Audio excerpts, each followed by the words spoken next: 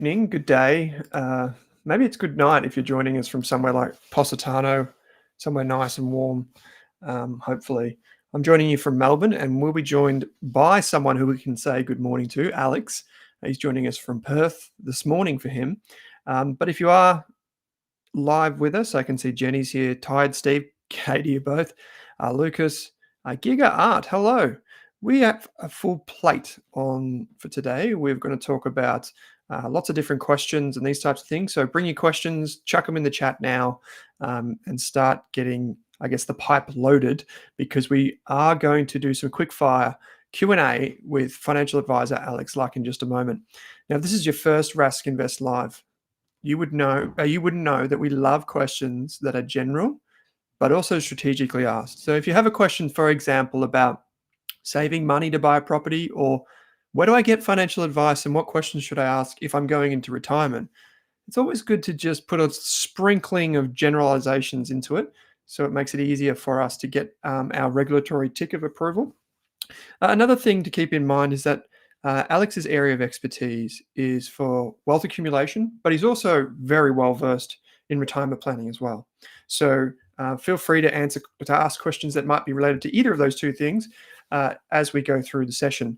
After we say goodbye to Alex, around halfway through today's show, we'll talk a little bit about some news that I know affects a lot of the Rask community, which is the takeover news of Selfwealth. Selfwealth, I think, in my data, when I was just pulling it up before, I think Selfwealth is, it's the second most popular broker in the whole Rask community. So we'll be talking about what the implications are of that for you as an individual, but also if you're an investor in Selfwealth shares, we'll cover that a little bit. And finally, we'll have a recap of our Rask Invest fake news portfolio with a position that we know you love, which is Washington H. Soul Pattinson. G'day, Derek, Paul, Elise, M. We've got some good faces in the community today, regular and coming back. Here's the slides. Now, I have a new system on my end, so if I make a few mistakes today, you might have to forgive me, because I've just had all this software updated and I'm trying to figure it all out as we go live. So that's always good fun. I thought I'd start today with a bit of a quote from our friend Warren, who had this quote many years ago. And it says, if you've been playing poker for half an hour and you still don't know who the patsy is, you're the patsy. I'll come back to this in a little while. And this is all about knowing your place, knowing the incentives and what drives other people around you in order to make good decisions with your money, with your investments, with your decision making and your negotiation. G'day, Trent. Good to have you, mate. So, Rask Invest Live, it's every Thursday at 12 noon. It's fun, it's free, it's practical. Today we've got Alex with us, which we're absolutely stoked about. And then next week we've got Anna Christina, author of Kids Ain't Cheap, and a co-author of another book more recently. And we're going to be talking about investing for kids next week. Rask Invest Live is brought to you by Superguide, Navexa, Pocketsmith, Perla, and everyone that contributes to the Rask community as well. So it's a great thing. It's free, and we're here every Thursday on YouTube. Long time no join, Derek. It's good to have you, mate. Good to have you with us today, because I know it's probably during work time for you, but that's okay. I feel like this is work related. Have you subscribed on YouTube? If not, you can subscribe, and we air podcasts, interviews, how-to tutorials, basically everything to do with finance, business, property, whatever, every single day of the week. So you can get that all on the Rask YouTube channel. Subscribing is a great way. You get notified. If you've got the YouTube app on your phone, it will notify you when we go live. So we just try and deliver as much free education as we can, and we do that through numerous experts. Again, I'll just put this general advice warning in front of you here. We are going to answer questions today, and if you do want personalized financial advice, let's say, for example, you're approaching retirement and you think, do I have enough? Do I have enough to live the life that I want? Would pension rules apply to me? Should I use an SMSF? Is it worth investing in my partner's name? How do I buy a house and use the First Home Super Saver scheme? These are all really good questions, and in my opinion, are wonderful reasons to actually pay for advice, because the cost of the advice will easily be covered by the advice that you receive from a trained and qualified expert. Obviously, we're going to talk with Alex today. You can verify someone like Alex and their credentials by going to the moneysmart.gov.au website and searching what's called the Financial Advisor Register. And that's how you know you're dealing with someone who offers personalized financial advice. If we refer to things like ETFs or super funds or insurance, chances are that's got something called a PDS or product disclosure statement attached to it, which I would highly encourage you to read and understand long before you invest or long before you take up the insurance. Because these are really important documents. And if you don't understand them, there's a very high likelihood, in my opinion, you may be making a mistake. So go and check that out. So today on Rask Invest Live, we've got financial advisor Alex Luck with us. And now I think I can bring Alex in. If we can all say good day to Alex, I'll just try and get it up here in my new system. And Alex, welcome to Rask Invest Live, mate. Hey, mate. Yeah, good to be here. Thanks for having me. It's always good to have you with us. And people will know you because you appear on a lot of the Rask podcasts. You co-founded Everest Wealth Group, which is now, as we're just talking off air, national. So you serve people all across the country. For folks that maybe haven't heard of you, Alex, and the business, can you tell us what Everest Wealth does? Like, who's your target audience? Who are the types of clients that you see and what problems they have? Yeah, perfect. Yeah, so the company started about 6.5 years ago. So I co-founded it with my business partner Scott Taylor, and yeah, we've just sort of been growing away in the background ever since then. I guess it's gone pretty quick, to be honest. When we started the business, though, I guess the target market of the company at Everest Wealth was to effectively help people sort of, as you referred to before, accumulators. So effectively people under the age of 50 is predominantly who we look to help. So a lot of our client base is made up of Gen Z, Gen Y, and Gen X's.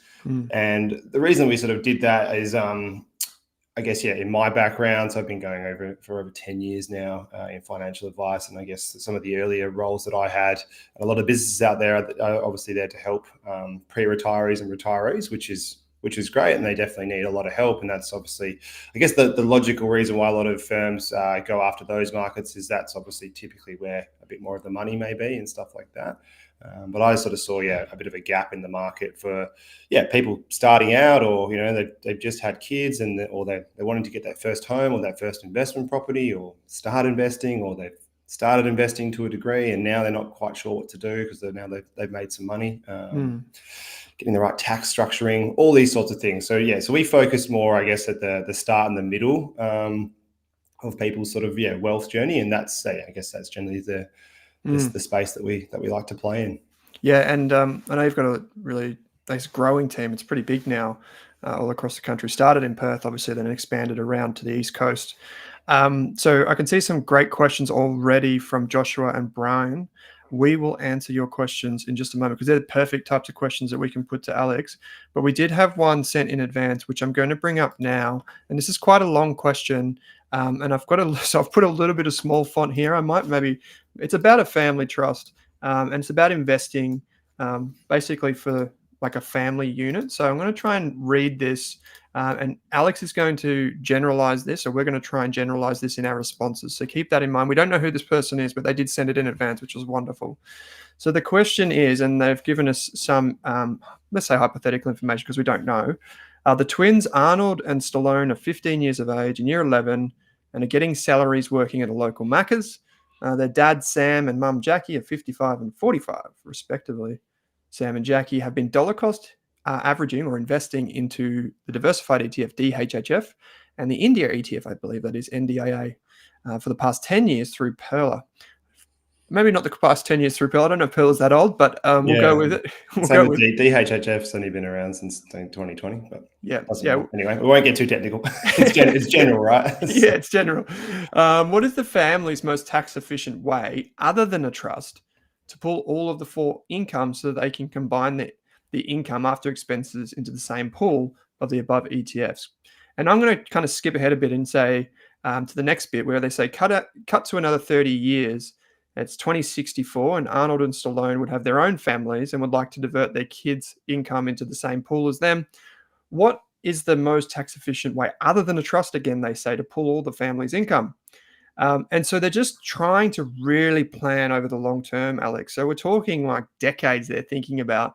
They've heard of this thing called a family trust. Maybe that's worth just, I guess, defining what that is. And they go on to say, if they do go ahead and want to set up the family trust, how would they go about it, especially with reconciling the existing ETF portfolio and future family members' incomes? How much would it cost to both set up and ongoing? Who can set it up for them? Who do I need? I'm going to generalize this question in a big way, Alex. I'm going to ask you, firstly, what is a family trust and why do people consider it? Yeah, so a family trust is just essentially a structure which you'll have a trustee which will sit at the top of that, which you can have an individual trustee or a corporate trustee, which will be a company.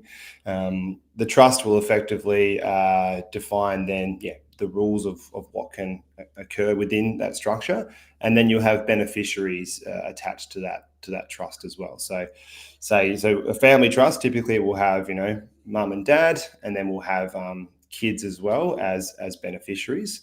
So the important things to note here is a trust needs to distribute income every year. Okay, so any money that it makes, it then needs to go to those beneficiaries.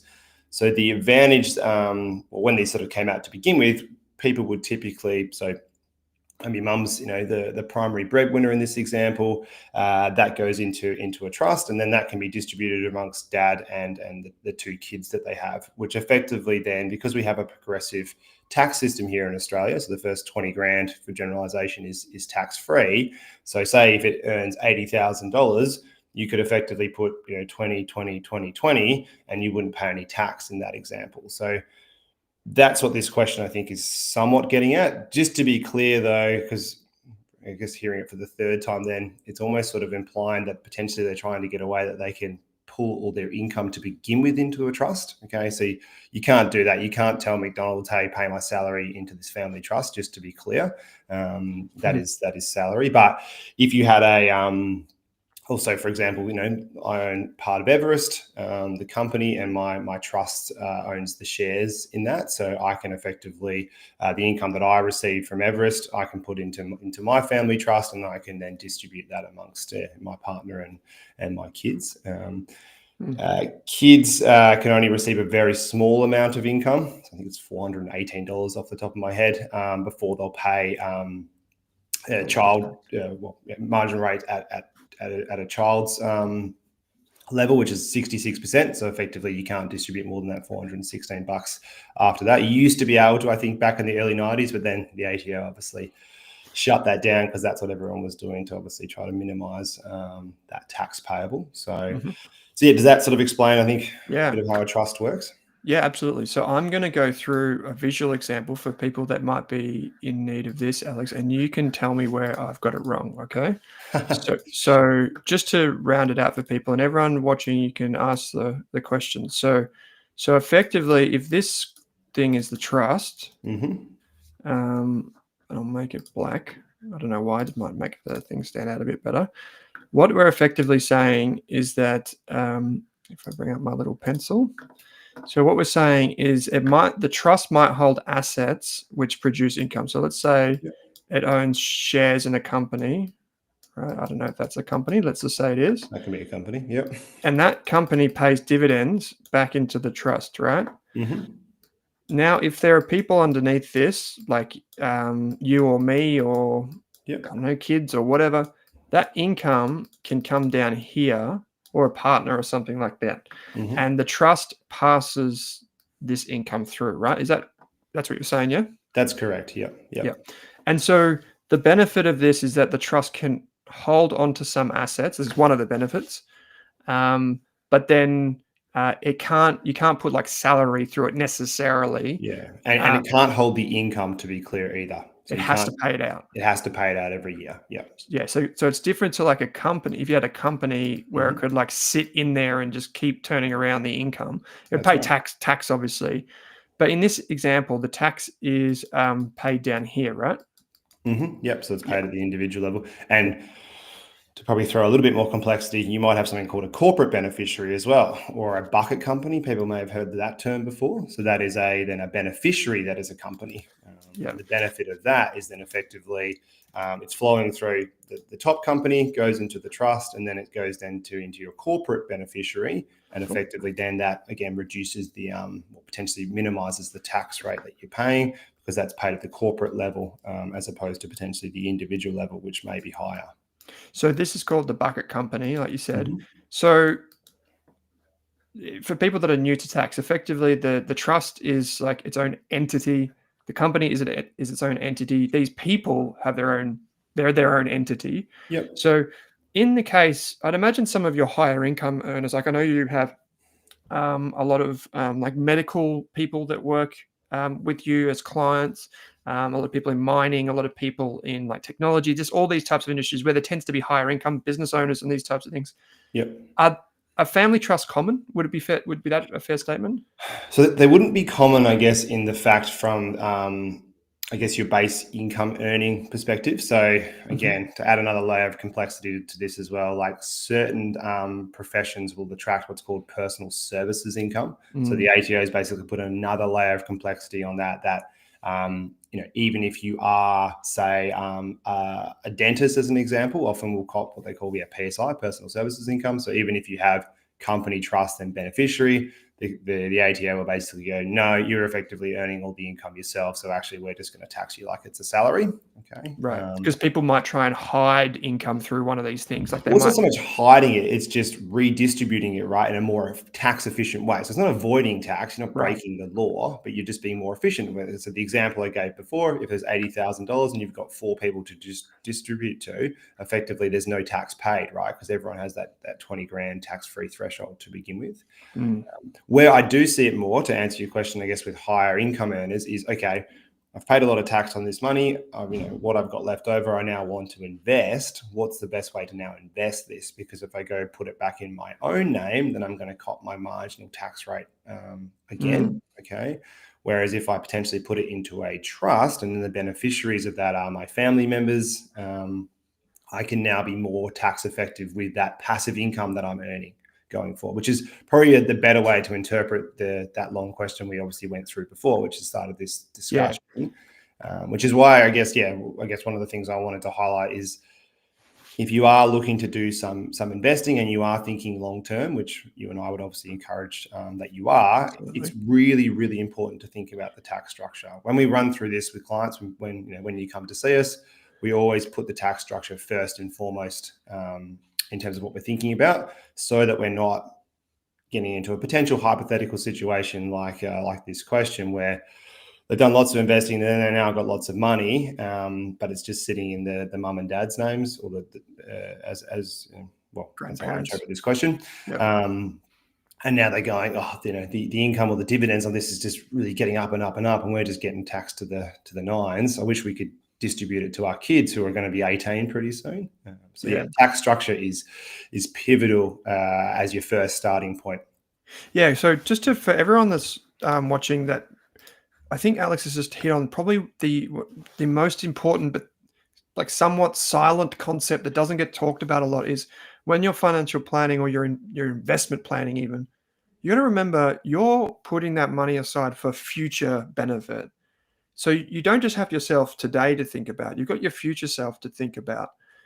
So in this instance, it's kind of like, what are we trying to plan for in 10 years, in 20 years? Your income's probably going to go up. Your assets should go up, and your wealth will go up. So protect your future self by getting that first question right. Now, I might just ask one final thing here because it kind of relates to what Jason just said. Mm. He said, geez, you want to have a stable siblings to go into an agreement like that, in an example. Now, the example is quite interesting because the reason that you might use a trust is a little bit different. So, who controls a trust? Like if I wanted to set one of these things up, right?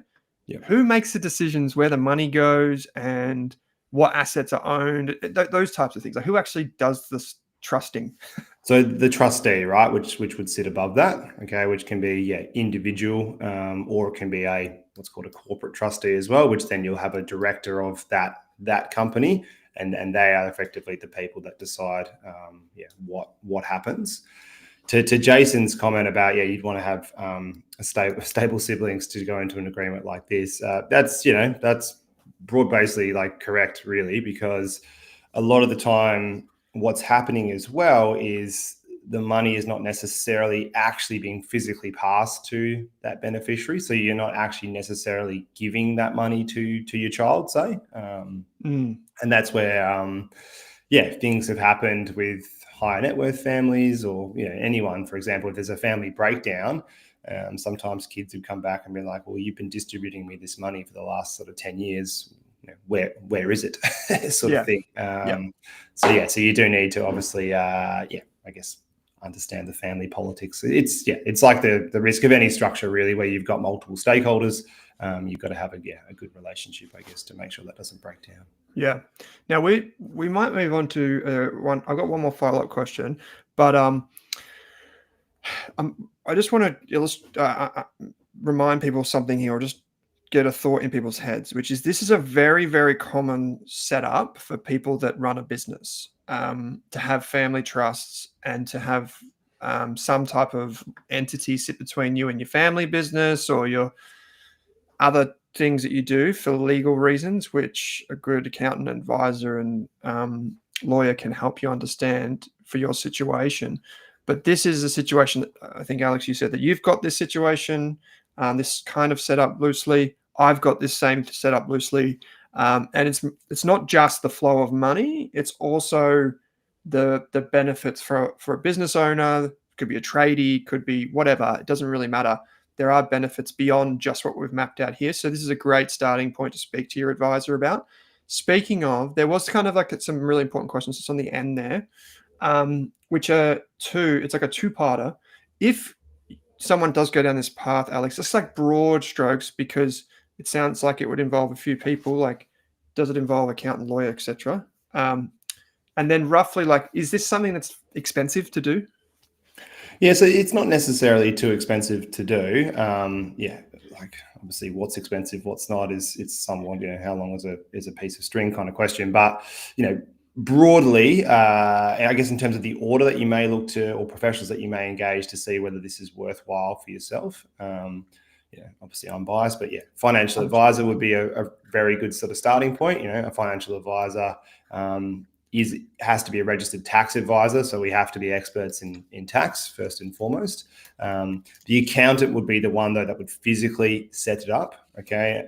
However, an accountant technically can't advise you to, based on what you're doing with your investments. I recommend trust. Okay. If you've already got the trust, then they can obviously talk to the tax in that situation. So, but effectively, financial advisor takes the holistic advice, like you've said, looks at your entire situation. And we always do factor in the cost of these things as well. So, for example, if your cash flow situation is only going to allow you to do $100 a month, likely for the future, then the benefits of having a trust and stuff like that, or the tax benefits, should I say, are not going to be worth the initial setup cost. Which, if I was to ballpark the setup cost initially of a trust, let's just say $1,500. It does range wildly, though, from what I've seen, from like $500 to $5,000. Again, it just kind of depends, but let's just say $1,500. And then that trust will need to have a tax return done every year as well. So that's going to be obviously a couple of $100 in terms of ongoing maintenance there too. So again, it sort of depends on when I analyze it, it's like, okay, look at the need today. Okay, so do we have a need today for potentially like a structure like this? But then also, would we have a need in, say, 10 or 15 years time as well? Because sometimes the need today may not be very obvious, but in 15 years time, like, again, this hypothetical example that we've gone through, does become a big advantage. Yeah. So it's thinking about those two, I guess, scenarios. I guess for me personally, like for the first few years of Rask, I made like no money. I didn't take a wage for like 3 or 4 years, but I still had a trust and I still paid the tax return because I knew the future me would probably make use of something like this. So it sucked for the first 4 years. It was like tax return, setting up all this stuff, paying people, but I knew longer term it would come in. It would be worth holding certain things in here and there'd be a benefit. Now I'm going to pop our heads out of the kind of the deep burrows that we were just in this technical question. I'm going to go back to Joshua for an easier question. I would say is what's some of the advice you provide to younger types of customers, Alex? I say like someone in their 30s. And what does a typical consultation consist of? Maybe you can talk through that in 2 parts. Like, what is the process for getting advice when you're in your 30s, 40s, whatever? Yep. And then secondly, what are the areas you tend to look at? We've already talked about tax. Yeah, perfect. Just very quickly before I answer that question, I'll just want to make two comments. So Jason, that comment that you've made there, which I think everyone can see, yes, spot on there, mate. That's correct. And then to W, how long can a trust typically last? So they normally have a vesting period of 80 years. So do a bit more research on that. But yeah, generally 80 years. Right. So yeah, back to the question that we just went through then in terms of how does it work for younger people? What were some of the things that we consider when you come to sort of see us at Everest Wealth? So I guess, as you sort of hit the nail on the head before, we take a holistic view first and foremost. So it's chatting with you around, what are you looking to do? What are you hoping to achieve? And generally a lot of those things for clients that come to see us based on their current life stage is around often, getting their first property, getting their first investment property. We deal with quite a lot. Starting a family. So if we go and buy this house and then 2 years later we want to start a family, how is that going to affect us in terms of mat leave? So we run through that effect. So we do a lot of cash flow advice, I guess, which is probably a key differentiator between us and a lot of other financial advice firms, in that we really get into the nitty gritty of how much you're spending, how much surplus you've got, what structure you have in place to run that cash flow, because we really want it to be as accurate as possible. Because when we're doing our projections, then the more accurate the data is to begin with, the more accurate it's obviously going to be when we're projecting out. Other things that we'll do is we'll look at your wealth protection plan. So again, generally people that we're dealing with, they just haven't had that much time to accumulate that much wealth to begin with, so they can't self-insure. So their main source of income is employment. So if they didn't have that, then they potentially run into a bit of a problem. So that's where it's looking at income protection or life insurance or TPD. And we do a lot of work around property, which I can see you've got on the screen there as well. So so a financial advisor is not going to be able to tell you buy this property on this street. That's the way to go. But I guess the way that we approach it is, first and foremost, like, why do you want to buy an investment property versus shares, ETFs, or anything like that? And I think a really good thing that a financial advisor has is we have no skin in the game whether you buy a property or not. All right. So when you go see a buyer's agent, and there's lots of great buyer's agents out there and stuff like that, but they are generally only paid, once you execute on purchasing that property. Whereas, myself, I don't care whether you purchase the property or not. I'm getting paid, sort of regardless for the work that we're doing. So we look at that, because sometimes when people actually see the effect of their cash flow, what's going to happen, they go, oh, that actually, maybe that's not for me. So maybe shares or ETFs is actually a better option. So it's considering all those things. But coming back to the property example, we can, as much as possible, really show you that, hey, Owen, if you go and buy that property on that street over that you thought, is going to be good value in the long term, this is how it's going to affect your cash flow, mate. And this is how, the tax effect of that as well. So the tax benefits that you're going to get, so you can see that too. And this is how it's going to interact with everything else that you want to do, because you want to start a family in 18 months' time. You've got a big one-off trip coming up in America. So how's that going to impact that? You wanted to continue to build your ETF portfolio. So how's that going to affect that? So how all these things basically interlink together is, I guess, the crux of what we do as well. Does that answer that? Yeah, it does. There was a question that has come through, and we can only be general here, Joel, but there's a question that's come through. It's shown on screen. It's like, just ballpark cost for a financial advisor, and just mid-30s, because we hear a lot about, if you Google it, you'll find that financial advice costs $3,000 a year, which is based on information from many years ago, or most of the numbers are skewed by people that get retirement advice, which is typically way more expensive. Yeah. So can you just give us just a general sense of where it kind of lands typically?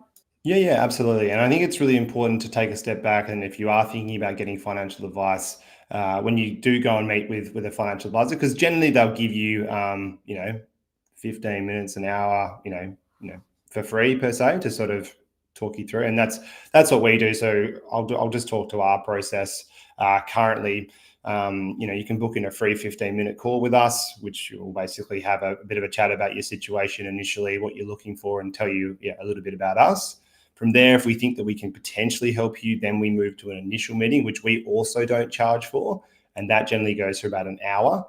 And in that meeting, we go into a lot more detail around, again, what you're looking for, and we go into a lot more detail in terms of how it works, our process, how we add value, and then how we charge and what we charge based on, I guess, effectively what you're looking for help with. So then you have all that information. So then at the end of that, you can say, yep, this sounds good for us, or thanks for your time, but it's not for us, which is perfectly fine as well. So I'll just frame it like that to begin with, because generalizations is a little bit tricky. But average sort of cost, I guess, for a couple that comes to see us, we charge around $6,000 as a one-off fee to effectively do that. Where we are, again, maybe a little bit unique or different to other firms is that you don't have to be an ongoing client of ours post that if you don't want to be. A lot of other firms, it is kind of part of the deal that you then become an ongoing client and you pay an ongoing fee as part of that, whereas we're completely flexible with that structure. And it just comes down to, again, what the clients want or need as part of that too. Which is a big point of differentiation. A lot of people do want good one-off advice and then come back in a few years if the need arises or if they have more questions in a few years. Whereas a lot of the financial advice industry, for people that are watching, is built upon these business models which are recurring in nature. And sometimes it's justified in some instances and fair enough. But in other instances, you may just not want that. So that's why a big reason, other than just liking working with you guys, is a big reason why we wanted to partner with you is because of that very thing. So there was maybe one more question we can get to, because we do a lot of Q&A with Alex. So you can reach out to Alex directly on his website, speak with the team at Everest. But also, if you just have questions, let us know, because we often do Q&A. Like you and Kate did one the other day, which wasn't Q&A. It was about buying your first home, if I'm not mistaken, Alex. Yeah. So that's that was it's coming out soon. Quite a good one, I thought. So give that a listen. I think it's coming out in December. Yep. Cool. There was a question that we've got, and this was that's an unflattering photo of Cameron there. But we did a session not too long ago on using geared ETFs with BetaShares. Full disclosure, BetaShares is a advertising partner of the Rask Group. But what we talked about was the geared range of ETFs that they have, and then we had Cameron come on from BetaShares. And then you joined us, Alex. You had a bit of a different haircut there, I think, maybe. A bit shorter, wasn't it? Yeah. A bit shorter. But the question was here from Holy Dooley, which is, hey, guys, had a question about using geared ETFs as a core position. The guys at Equity Mates discussed it the other day with the BetaShares rep, would love an unbiased view. So just generally, Alex, from your perspective, doesn't have to be BetaShares centric. Let's just keep it general about geared ETFs. If you could give us kind of like the quick summary of them. Do you use them? Are they effective for everyone? Like those types of just general principles. Yeah, so I think it's very you've got to look at obviously your own personal situation and what you're comfortable with and what you're not, because to summarize it very, very quickly, a geared ETF is going to have magnified returns either up or down depending on what the market does. You don't necessarily need to use a geared ETF as well to achieve what you want to achieve as well. You can use just a stock standard ETF. There's absolutely nothing wrong with that. We do use them quite often, depending on, again, the client's risk profile and, again, what they're sort of looking to do. I personally use them as well. Using it as a core, again, anecdotally for me, I don't do that. I think that's probably beyond my risk appetite, I guess. And again, projecting out the numbers and stuff like that, I don't think I'm going to need to do that. But I do have it as part of my portfolio. The good thing to maybe give BetaShares, I guess, a little bit of a plug here is those ones that have come out recently in terms of the level of gearing, it's a lot lower. So what I'm talking about here is opposed to, so if a standard index fund is 1 times, these ones that have come out are 1.4 times, whereas typically the ETFs that were out there before were like 2 to 3 times. So they're a lot more. So you've really got to look at the level of gearing within that. And then the other thing within that is as well is the cost too, because obviously they're paying for this borrowing. Yeah, it's leverage. Thank you. So you need to look at that and weigh that up as well. There's a really good article which I might have referenced in that YouTube. The volatility decay one. Yeah, so that actually gives a pretty good example of looking at geared options versus non-geared options. I think it was this one. Yeah. So I'll pop this in. Understanding. I'll pop this in the chat now for anyone that's watching. Yeah. So it's understanding the hidden risk in leverage ETF. So what this is just that when a position falls, it can fall significantly, and then to get back to the point of where it was before, it obviously needs to grow more than that. So that's I would say the very basic version. That's right. And so I guess the key takeaway from that as well is doing a one-off lump sum into a geared ETF and then leaving it is quite risky, versus if you are DCAing it over time, you can substantially reduce that risk. So I think it's in that article there, they give the example of dumping in 10 grand in, I think it's 1996 or something like that, which the author does point out is almost one of the worst times in recent history to basically invest, because you then had the tech bubble burst, you had the GFC, and then you had COVID.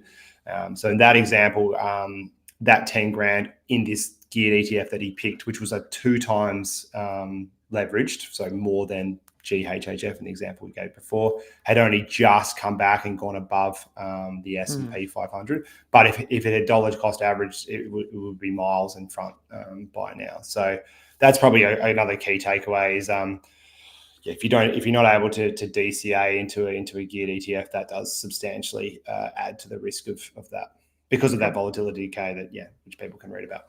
Yeah. It's a great place to leave it. That's a whole other episode, which I'll also put a link in now for people that want to watch that afterwards. But you can get in contact with Alex and the team by heading to Everest Wealth Group's website, which I will also now chuck in the live chat. There's also a link in your podcast or your YouTube description to get matched with a financial planner. For example, if you're a bit older, if you're in your 60s, maybe there are retirement specialists. Alex and the team can still point you to some as well. But if you want to go down there, that will match you with someone based on your age. Alex, this is heaps of fun, mate. I know it's early morning for you. You've got probably a big day ahead of you. So we really do. We really not that early. It's almost 10, but yeah. It's almost 10. That's morning coffee time if you ask the Rask team. Yeah. That's probably second or third coffee by now for them. But mate, it's always a pleasure. So thanks for joining us. Thanks, Owen. It's been great fun. Thanks, mate. Okay, so that's Alex. Very big thank you to Alex and just the team at Everest Wealth Group for all the work they do for the Rask community. Hundreds of people now have gone over to Everest Wealth from the Rask community. And I think that's been a win-win-win, no doubt in my mind. So thanks again, Alex and Scott over at Everest Wealth. So I do have a couple of topics I want to get to. I did realize just now that there was a good question in there from Brian about the difference between SMSFs that goes through a financial advisor. We can answer that question on one of our podcasts if you like, mate, coming up soon. There is a very important difference with SMSFs and industry super funds like Australian Super and that. I think understanding the pros and the cons of an SMSF is great, and you should do that with a financial advisor rather than just do one of these easy online options where some platforms have tried to enable people to get SMSFs and take control of their money. I think best port of call is a financial advisor who can educate you on the pros and cons of setting up an SMSF. At Rask, like for our investment service, we have a lot of people that come to us with SMSFs. I don't want to say we're the SMSF graveyard, but we're kind of where people that get set up in SMSFs start investing, and a few years later, they're like, what the heck am I doing this for? And they come to us to manage their ETF portfolio for them. But they probably regret setting it up. Not always the case. Like a lot of people love their SMSF. But you do need a few $100,000 to make it worthwhile across everyone that's a member of that SMSF. And there was a good question here, by the way, on who sent that through on insurance bonds. Trent, that was a good question about how do you see a 10-year investment bond performing against a diversified ETF portfolio? So Trent, you're referring to what's called an insurance bond under the law, or an investment bond for short, which is something that's issued by someone like Life Plan or what's Australian Unity, Generation Life, these types of businesses. And they're actually, I don't think of insurance bonds, for anyone that's interested. Barefoot Investor talked about them a little bit. I don't think of them as investment vehicles in their own right. I think of them as tax structures. So similar to how we talked about the family trust before, that's another consideration for people that have a 10-year plus time horizon. And it's a way you don't have to set up some family trust, but there are a lot of rules that you need to keep in mind. Now, we have had some news out today, and people will be familiar. The news actually came out yesterday as well about Selfwealth. So in the Rask community, this is based on the survey we did 3 weeks ago. Some of you may remember 4 weeks ago. These were the early results about halfway through the responses that I took a screenshot of that shows you which brokers our community uses at Rask. So you can see ComSec, Selfwealth, Perla, other, which could include whatever. CMC Markets is 10%, Stake, NabTrade, Vanguard, Superhero. So ComSec's obviously massive in terms of, I think it's like nearly 50% share of the overall market. And then you've got Selfwealth, Perla in our community. Full disclosure, Perla is a long-term sponsor of advertising partner of our Australian Finance podcast. And I previously hosted the Selfwealth Live program. So I did that for a few years, and that was a heap of fun. I think that's where Jenny and I first crossed paths, maybe even Paul. So Selfwealth itself as a company. So it's an investment platform that you can use, but it's also a company listed on the stock exchange. Until 2 days ago, it's just jumped 22% in share price. It was a really small company because it hasn't performed that well over the last few years. And that's because a lot of competition has come. Obviously, this is COVID. And the platform itself has had a lot of change. It's got a good new CEO, but the platform itself hasn't really innovated as fast as some of the other players in the business. It's still got a very valuable platform, don't get me wrong. But we're getting questions because yesterday there was a takeover offer for Selfwealth from Bell Financial Group, which is a big business, and it describes itself as an Australian-based provider of full service and online broking, corporate finance, and financial advisory services. So it does full service broking, which is basically like when you go and see a stockbroker one-on-one, as opposed to online. And then corporate finance, which is like capital raisings, IPOs, that sort of thing for companies to go on the stock exchange or to get funding. Financial advisory services, which is just like we spoke with Alex, but for clients of Bell. Colin, you've said, will the $9.50 per trade stay? Might go to Webull to get an interest on cash plus free charges. So the first offer came from Bell yesterday for 22 cents. Another offer came this morning from a company called Axie, which I hadn't heard of. So when I heard about this, I went and did a bit of Googling, and I looked at things like the AFSL and all that sort of stuff. And this is a trading platform. So I'll come back to that in just a moment. But they describe themselves as Axie is a global online broker offering trading platforms for Forex, shares, indices, commodities, and crypto as traders ourselves, ... I went on to say something else. I couldn't be bothered. And trading platforms. So if a company, in my opinion, this is just my opinion, ladies and gentlemen, so you can take that and disregard it. If a company says it's a trading platform for Forex, indices, commodities, and crypto, I would hightail and get the hell out of there. I would run for the hills and take my shotgun, my baked beans with me, because I do not want any part of a platform that carries itself as that, because that is not at all what I am interested in being part of. That is my personal opinion, very strongly held. As you can see, I would not want to be part of that. That's just me personally. In terms of full service stockbroking, it's obviously not a service that I use or would use, but some people do like a personal touch when it comes to picking stocks and ETFs and that sort of stuff. Stockbroking is a little bit different to financial advisory, because financial advisory is more holistic and takes into account all the things that Alex was just talking about, whereas stockbroking is more just about portfolios. So I wanted to air something with you because I copped a bit of criticism not too long ago about um, the way people select which trading platforms or which financial advisors or which investment companies they deal with.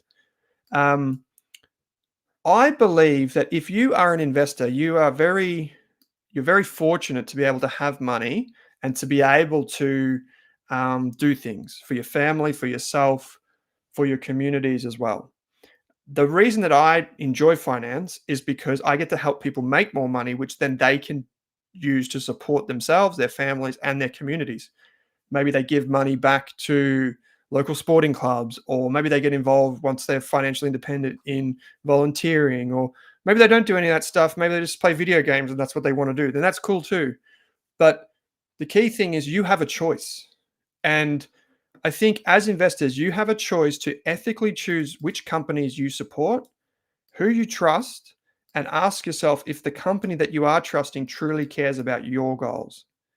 So I want you to keep these 3 rules in mind. Ethically choose which companies you support. If you pay a company a fee for brokerage or for managing your money, you are making a choice to support them because you have choices. Who you trust, just be mindful of the businesses you trust. At the very top of the show, what did we quote Warren Buffett? If you've been playing poker for half an hour and you still don't know who the patsy is, you're the patsy. If you don't know like what a company is trying to get out of you and why, there's a chance that you shouldn't be in that situation. You shouldn't be playing poker.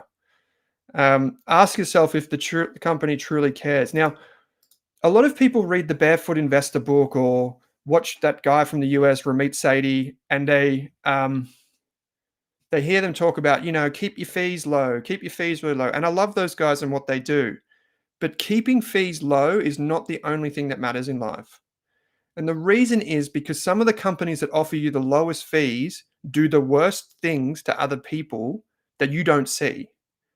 And so when people criticize my take on things like CFDs and all that type of rubbish that infects the finance industry, you are making an ethical choice to support a company that encourages people to gamble with their money.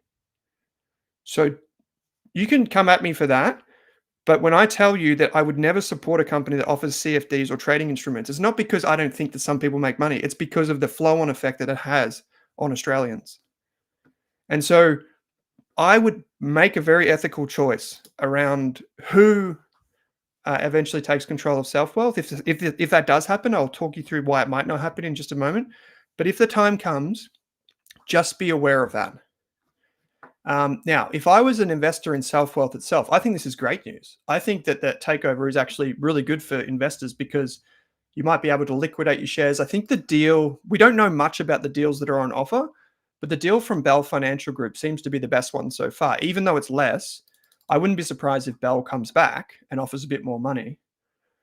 Because at least with Bell, you're going to get a company that's regulated. And like they're all regulated, but you get a company that's really well regulated, and you can go in and you can check Bell Financial Group's financials for yourself. So you can see it here, and you can go in and do whatever you want. But I think Bell will come back with a better offer because one of the things in the Bell offer was that it included the ability to choose whether you got cash or whether you got shares in Bell. So you get to choose whether you want some shares because you believe Bell is going to be a good investment versus just taking cash, which is what most of the time happens in takeover offers. Now, I don't think necessarily Bell's a bad business, by the way. Like my rant before was not about them, just about the industry in general, even. It's not even about Selfwealth. But I would, if I was owning shares, I'd probably wait to see what happens, unless I was looking for an exit. Then maybe now I'd probably exit. But I think it's a good outcome for Selfwealth shareholders because they might get financial support, like the business itself. They might be able to realize more value. But if I use Selfwealth, I would consider, maybe not right now, but if a deal goes ahead, just consider if you want to be part of whatever it becomes because you have the choice. Now, you don't have to sell if you decide you no longer want to be with an investment platform. The great thing about Selfwealth is, yeah, it's got good fixed cost brokerage of $9.50, But number two is it's a HIN-based platform.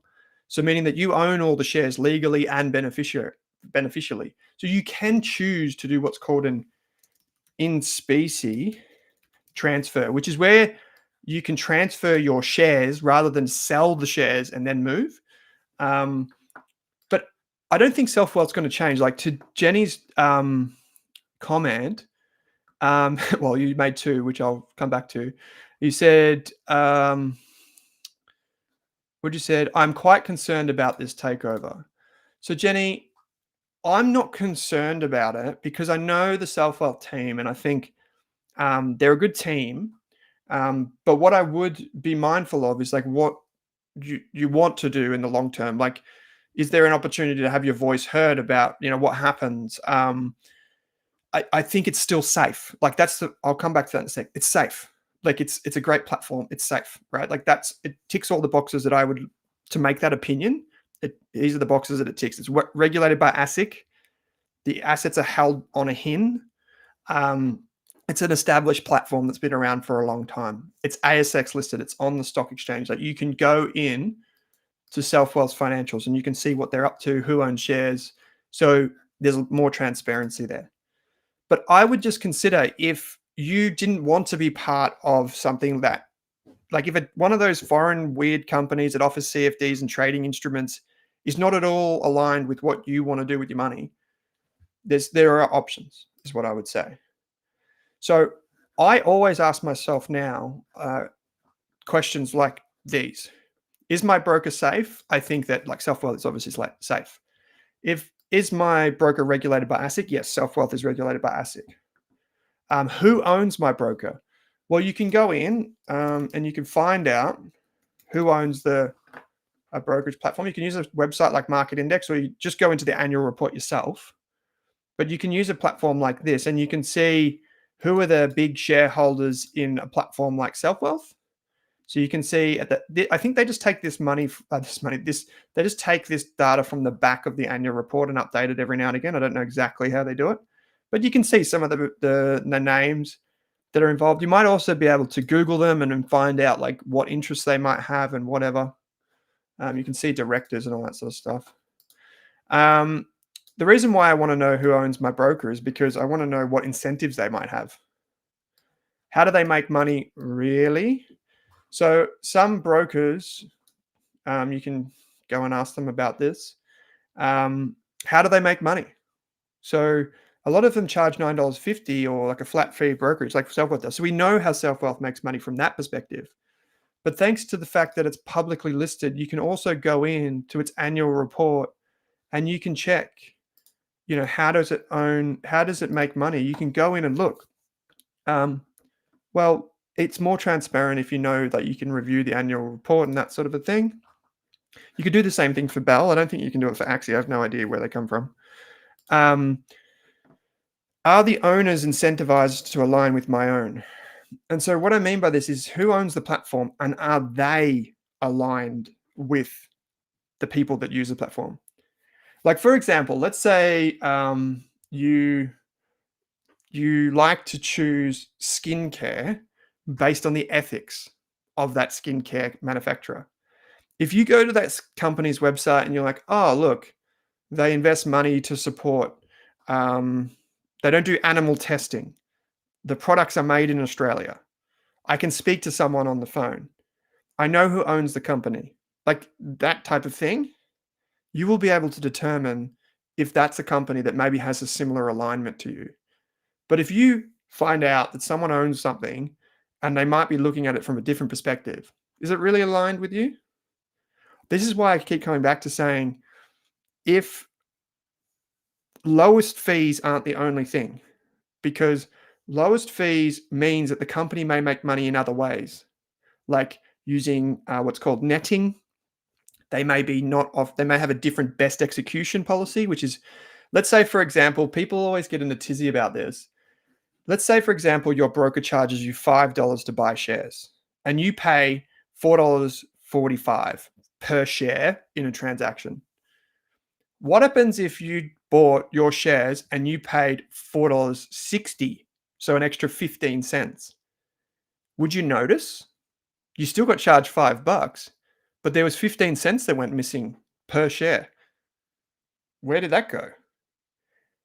And so knowing that the company's incentives are aligned with yours is a really good way to make sure that when the time comes, even if they don't have to disclose something to you, at least you know that they're going to be acting in your interests. Now, not always, they have to make some money, but at least you know. Final question is, this is a good question for self-reflection. Does the user experience help me? Does it make me a better investor? Does this platform or tool that I use nudge me in the right direction? The reason people still believe that trading actually works is because there's this perpetual motion in the finance industry that feeds on that narrative. There's people in this industry and brands that want you to believe that, and their livelihood is dependent on it. So they will keep making you think that, and they will find evidence to support that. But realistically, it doesn't. So does the user experience support that? If you're a long-term investor, let me put it this way. If you're a long-term investor and you want to create wealth for your family over 10 or 20 years, and the first thing you see when you log into your investment platform is a daily price chart, that is a massive red flag for me. Or you log in and you see lots of red and green. The reason that they use red is because it's like blood. It's like fear. Oh, and if you want to get out of that fear, then you can trade your shares away right now. And by the way, we'll make money when you do that. So be very careful about what you use. Coming back to Selfwealth.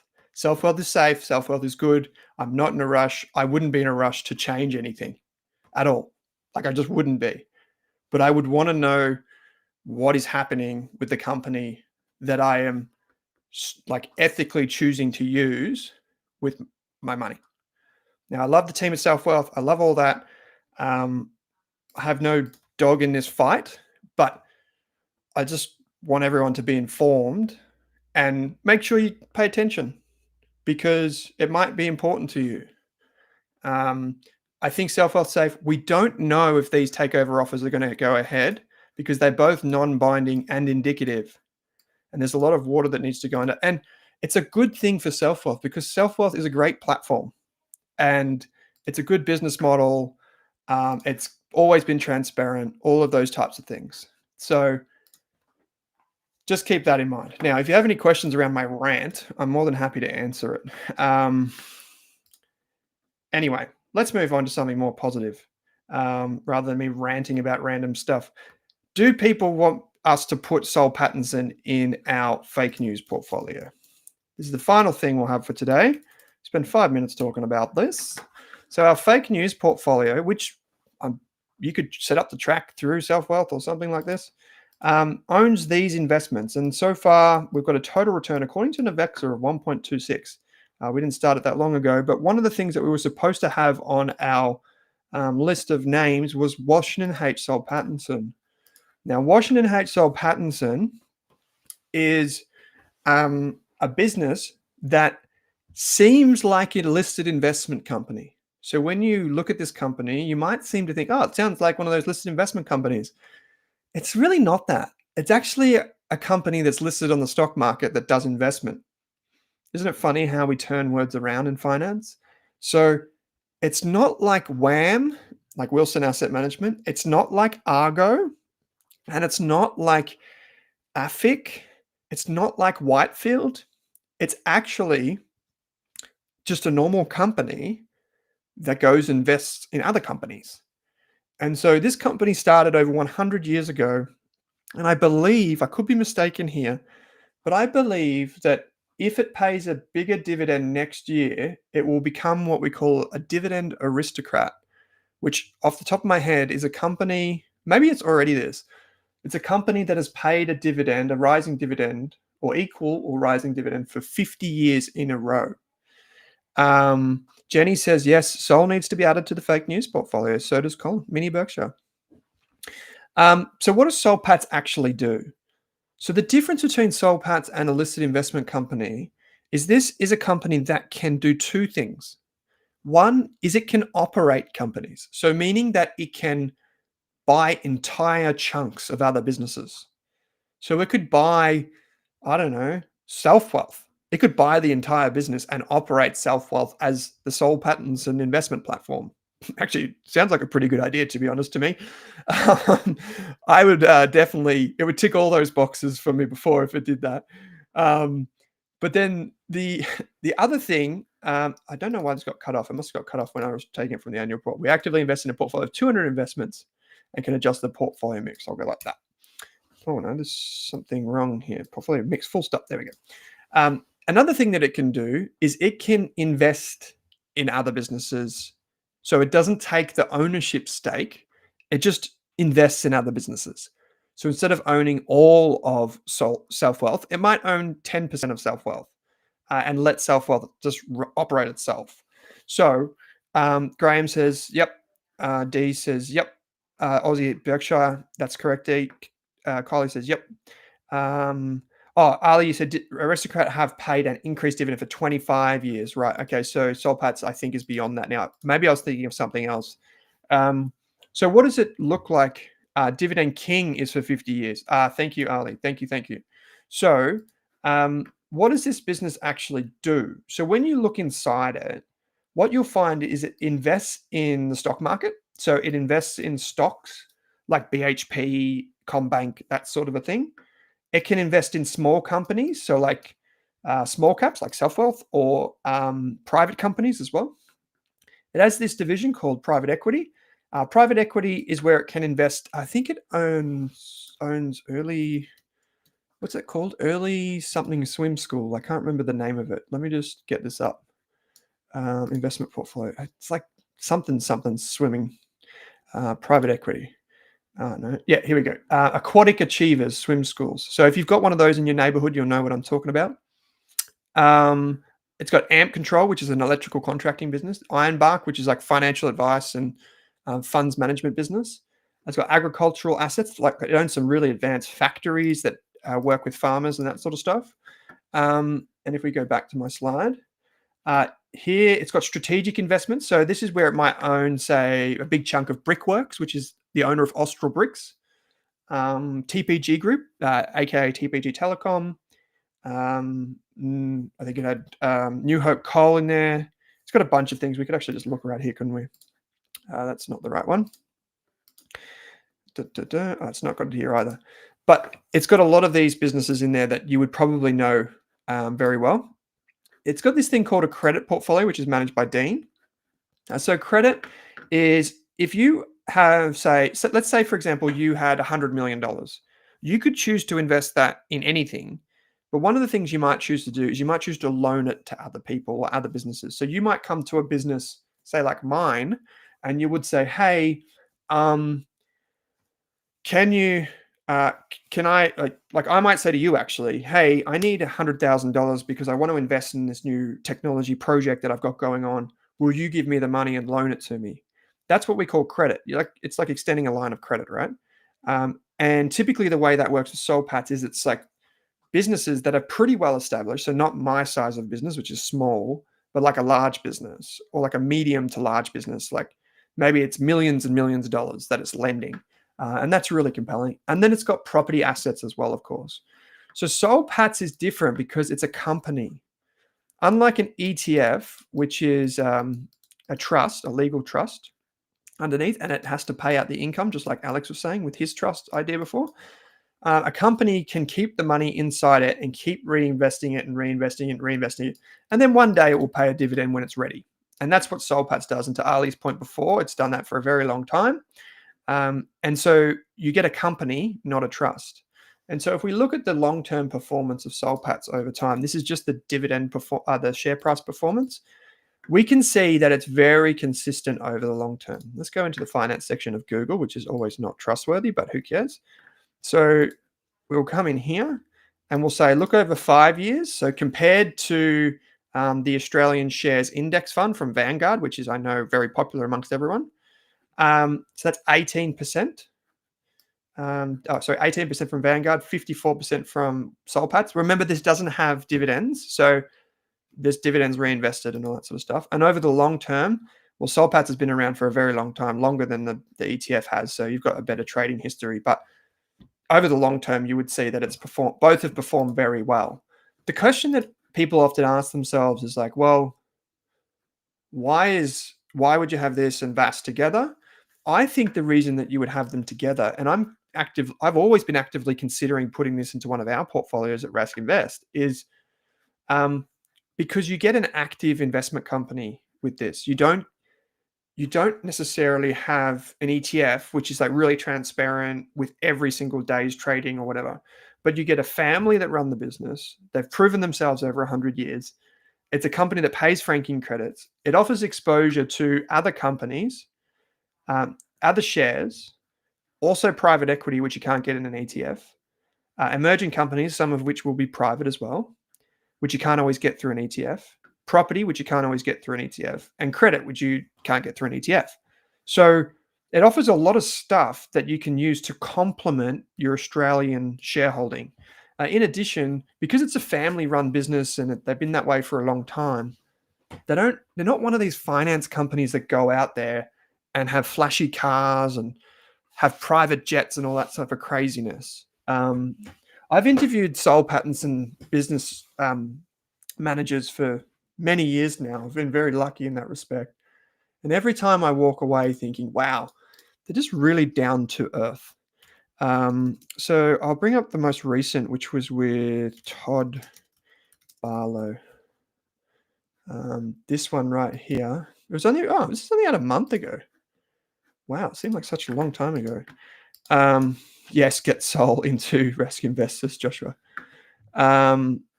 So we're working on something in the background for Rask Invest, by the way, that may see us do more with investments like this. Joe, good question. Would Sol be better? I just pasted the link to this video, by the way, with Todd in the chat. So this is a great conversation. Todd, I think this was the first one that Todd had done like this, where he really revealed a lot of what the group was working on beyond just what you would see and hear them talk about in their ASX releases and whatever. So that's in the chat now. You said, hey, Owen, would Sol be better in an SMSF due to franking credits?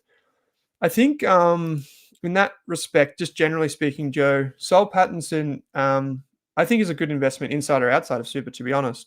The franking credits, remember an ETF still gets franking credits as well. So assuming that it's an ETF that invests in Australian shares.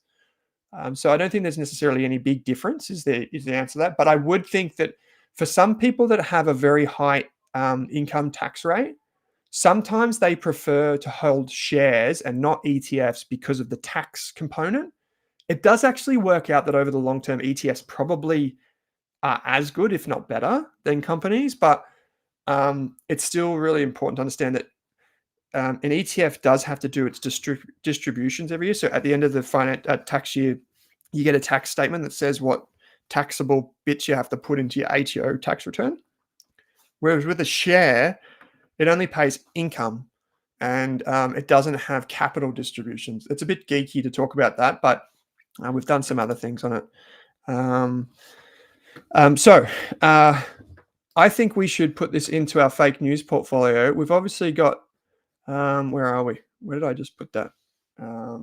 Here. So this is obviously a fictitious portfolio and you can keep up to date every month on Rask Invest Live. We go over it, but I had to come back to this today. So we'll do a bit more analysis in the first Thursday of next month. But you can see we've got AAA cash. There's a lot of money in that. The FANG, Home Depot in the US, XRF Scientific, the Bond ETF, NVIDIA we put in last week. Look at that. We're already making bank. Wesfarmers, Wise Tech. How much do we put in? I'll just log into Navexa. You remember, this is a fake portfolio. Don't try this at home. Get financial advice. This is not my real portfolio. This is just fun for us on the show every week. So our fake portfolio has $1,003,600 in it now. We can see some more information here. And what we can see is that we still have $793,000 in this AAA ETF. I propose that we start with another small position like we did with the others. We could probably go maybe similar size to Wesfarmers, which is the Bunnings owner, Officeworks. Actually, I need to go there today. So maybe we do something similar to that. Maybe 30,000. Can I get a yay or a nay to that in the chat, please? So Jenny, you touched on something here. Jenny, can you easily transfer US shares and ETFs domiciled in US to a new broker like Perla? You can. So with US shares, I've done that a few times. So I moved from, where did I go from? I went from Charles Schwab to Comsec. That was a mistake. Should have stayed with Charles Schwab because then it closed in Australia. So new people couldn't sign up to it. And it was such a good platform. But anyway,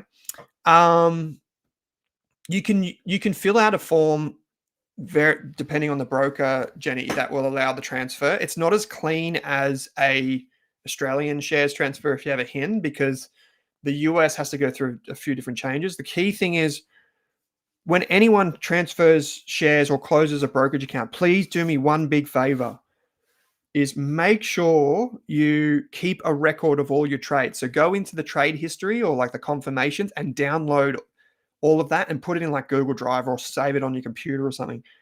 Just put it down, because if you close that account, you lose it. Especially for US companies, it's not as good as a process as it is here in Australia. And another thing with that is you'll need that for tax records. And another thing on that is if you already use a service like Navexa or ShareSite, like this is Navexa, the other one's ShareSite. If you already use that, you can set it up so that it changes the tax reporting and configuration to your new broker like really quick.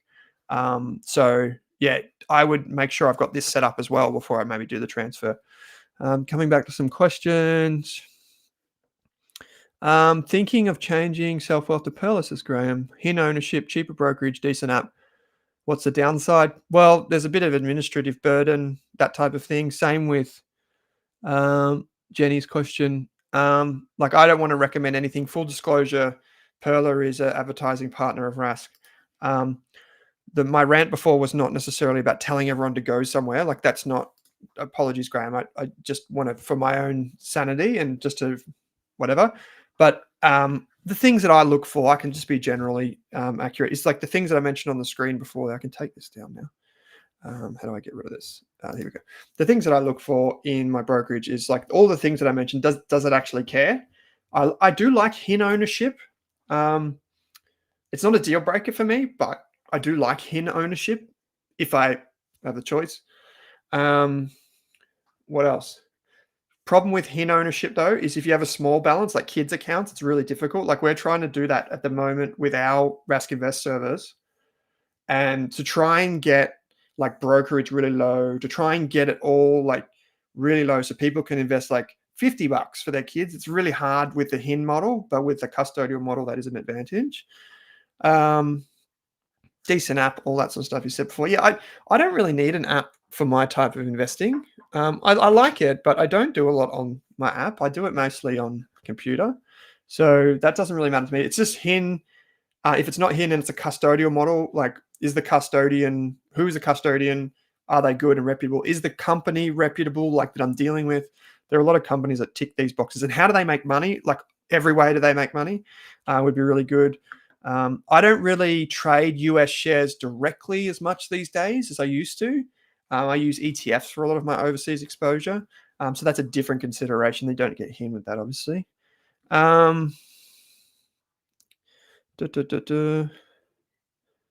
Yeah, so if you do want to, I just read the PDS or contact the broker directly. Just give them a call.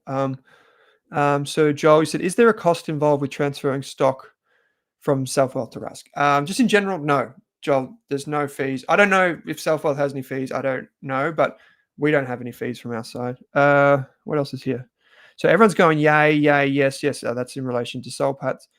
15%, says Graham. In other words, Graham's saying, go heavy into Soulpats, mate. Yes, Swab is good, says yeah, bugger. Okay, so let's finish up today's Rask Live show. We will put 15% of our capital. So we have $1 million. So 15%. Wait, do you say 15%? That's 150 grand. Why don't we start off with $50,000 into Soulpats, and we can always add more. So $50,000, we will sell $50,000 worth of this, and then we'll put our fake trade through to Soulpats. So we'll add a trade, sell. we're $50. So let's do $50,000 divided by 50.185, which is 996 shares, like so. Moving into Soulpats. Soulpats. Soulpats. There we go. Done. So we just sold some of those shares. So now we can add a trade of about $49,900 into, not that. We can say add holdings, trade, stock, Soulpats, like this. We'll say it was $34 that we placed the trade for. So $49,990.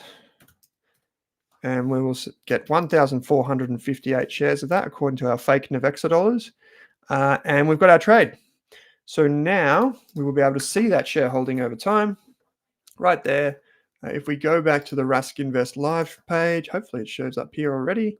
And there it is. We've got our position marked and ready to go. So thank you, everyone. That's wonderful. So Joe, you said, I have my kids' fund in my SMSF, tax breaks, free to remove when I'm of age, and the little buggers ain't getting it too young. I like it. Would you normally check that AAA is going ex-div tomorrow before selling, says Jason? That's a good question, Jason. So when we look at the share price, might be here in Google Finance, one of the things that happens is, and this ETF has cash inside it. So if you look over a year, it goes up, drops, up, drops, up, drops. The reason why it drops is because at the end of the month, it pays its interest, right? So I wouldn't look, because the reason that the share price looks like a shark tooth is because it's adjusting. So if you bought it, say, at this day, which is $50.29, right? And then the next day it's $50.11. So not that much difference, like 30 cents per share. Yeah, you might miss out on some income, right? You might miss out on some returns in your share portfolio, but you're getting the income. So this drop here is really just reflecting that whoever owned the shares yesterday gets the payment next day or whatever. So it's not really an issue because it's adjusting. That's what the shark tooth represents. The bigger question is, over the long term, where cash rate's going, and can the ETF still earn good amounts of interest? I hope that makes sense. So it's not something that I would check. I would check it maybe if it was a share or something. Jason, yeah. So unique to a cash ETF, I would check it if it was a share, because if you own bank shares, for example, and you want franking credits, and you've been owning those shares like 90 days, it would make sense probably to keep owning it till tomorrow so you can get the franking credits. That's just a general statement, of course. Every investment's different and every investor's different. So that brings us to the end of today. Next week, we've got Investing for Kids with Anna, Christina, and we'll probably tick off another one of our investments. That's next Thursday, 12 midday, here on the Rask YouTube channel. I'm sure there's going to be some negative feedback that I get about my comments about brokerage accounts, but realistically, I think Selfwealth's safe. I think it's good for Selfwealth shareholders that they're getting a takeover. But I think, just generally speaking, you should always just try and act intentionally when it comes to your money and your investing. And just know whoever it is that you're getting into business with, that you are comfortable with them, and how that business operates. Like, for example, we had Alex on the show today. If I was going to go to Alex for financial advice, or one of his team, I'd probably want to meet them. I'd want to know, hey, why do you do what you do? Do you like being a financial advisor? Do you plan to be in the industry for a long time? Like, you're going to be my partner in finance, so I kind of want to know those things. Why don't we ask those same questions when it comes to picking a finance platform or picking the brand of soap that we use? Like, why don't we want to know the answer to those questions? I definitely do. I don't just focus on the cheapest soap, because if I did, I'd probably have rashes when I walked out of the shower. And so I want to know the answers to these questions. And the same questions should be applied to finance. So anyway, that's my rant. That's my rant for today. Love the guys at Selfwealth. But just keep an eye on things. All right. Bye for now. I'll see you all next week. So great to see you. We've got heaps of questions that come through the Rask community, community.rask.com.au. Don't forget, you can also get the live show. One final thing. You can also get the live show on podcast. So live show, podcast version, if you like the audio. Don't know why, but if you do like the audio, someone did say to me the other day, you got to head for radio. So maybe that's a reason. Free courses on Rask Education. We're nearly at 32,000 total enrolled students. That means we're 32% the way to our big goal of enrolling 100,000 Australians in free finance courses. So if you know someone that needs to get a bit of financial education in their life, send them to the Rask Education website where they can enroll in a free course. Thank you to everyone. Been lovely to see you as always. What do I say? Bye for now. Is that what I say? I think it is. So everyone, bye for now. I'll see you this time, same place next week. Bye for now.